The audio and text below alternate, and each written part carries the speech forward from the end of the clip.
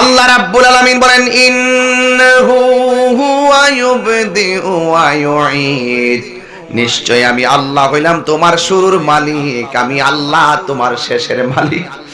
ওয়া হুয়াল গফুরুল ওয়াদুদ যুল আরশিল মাজিদ।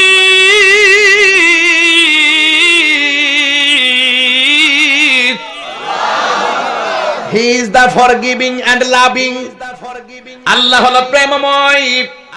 আল্লাহ আপনাকে বড় মায়া কইরা বানাইছে, এই জন্য আল্লাহ আপনার ডাইরেক্ট বানানো বানায় না। এমন দিন গেছে সীমা লঙ্ঘন করছে, কুনু কিরাদাতান খাসিইন। আল্লাহ রাব্বুল আলামিন সাথে অমান্য করার কারণে আল্লাহ রাব্বুল আলামিন মানুষ থেকে বানর বানায়া দিছে। এমন গজব গেছে কি যাই নাই? ইচ্ছা করলে আল্লাহ আমাদেরকে কিন্তু বানাই দিতে পারে কি পারে না?